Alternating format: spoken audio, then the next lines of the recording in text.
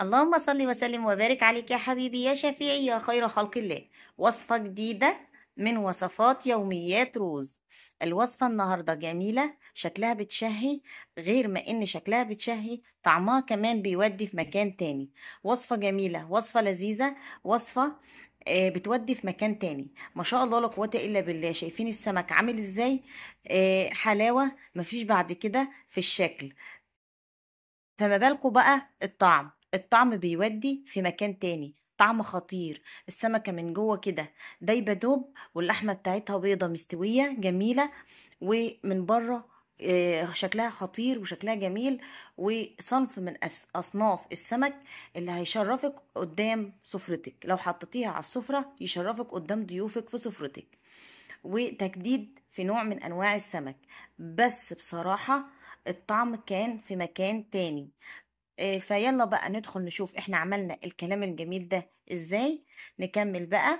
جبت الحلة بتاعتي على النار، حطيت فيها الزيت وعليها بصلة متقطعة مكعبات، نزلت عليها بطماطم معصورة.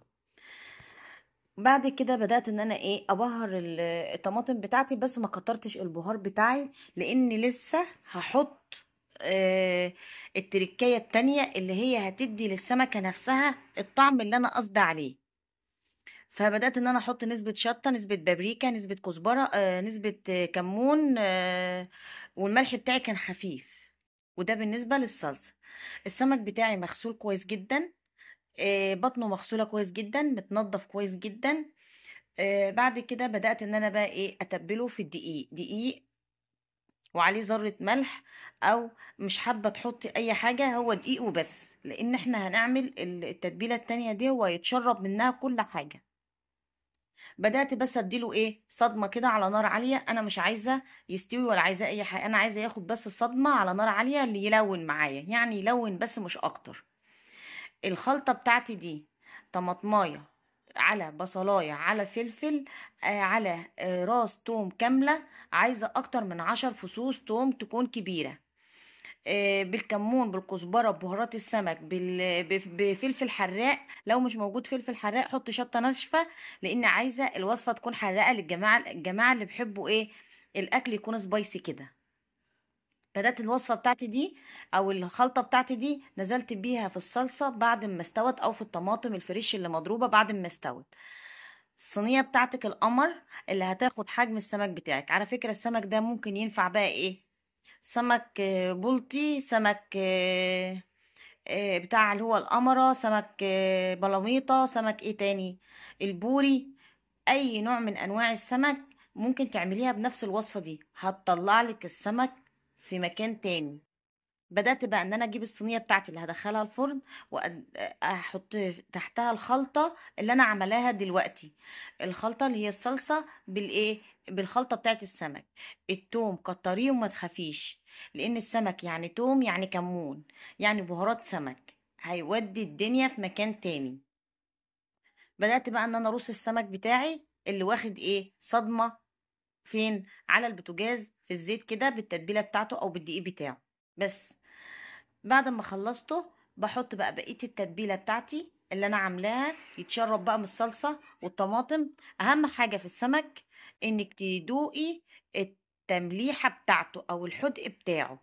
اهم حاجة في السمك ان الحدق يكون مظبوط. السمك لو ملحه قليل مش هيدي الطعم اللي انتوا حابينه. بالذات السمك دونا عن اي طبخة تانية لازم أن يكون التمليح او الحدق بتاعه او الملح بتاعه يكون مظبوط كويس جدا. بدأت بقى ان انا اغطي السمك القمر بتاعي ده واسيبه بقى كده. هدخله الفرن بقى بعدها ياخد لون يلون بقى معايا، واسيبه واولع الفرن من تحت ومن فوق، واسيبه بقى على الشبكة كده في الرف الوسطاني، واسيبه بقى يلون معايا. حابه تحطي بقى كزبره، بقدونس، الخضره اللي انت حباها تحطيها حطيها، بس انا فارمه في الخلطه الاولانيه كزبره. اللي وصل لغاية هنا يلا بقى ندخل كلنا كده جماعي نصلي على على الرسول. اللهم صل وسلم وبارك عليك يا حبيبي يا شفيعي يا خير خلق الله. غمضوا عينيكم وفتحهم. الصينية كده خلصت. خلاص. خدت لونت معايا من تحت، لونت معايا من فوق. ما شاء الله تبارك الله. الوصفة اللي انا عاملاها دي تجنن، جربوها وقولوا لي ايه رأيكم. هتخلي السمكة دايبة دوب، اللحمة بتاع السمكة نفسه شارب التتبيلة دي وموديها في مكان تاني. فجربوها مش هتندموا. وتغيير عن المشوي او عن المقلي او عن اي حاجة انتوا بتعملوها، فانا عملت الصينية دي كنوع من انواع ايه التغيير بس في السمك. ولما تجربوها بقى ان شاء الله قولوا لي ايه رأيكم. ما شاء الله السمكة من جوه كانت بيضة جميلة، يعني مغسولة كويس، متأكدة منها. تحوشي بقى الشوك بتاع السمك كده وبألف هنا على على كل اللي كان له نصيب واكل منها. لو كنتوا مكاني بقى وشامين ريحتها وهي قلب الدنيا في البيت.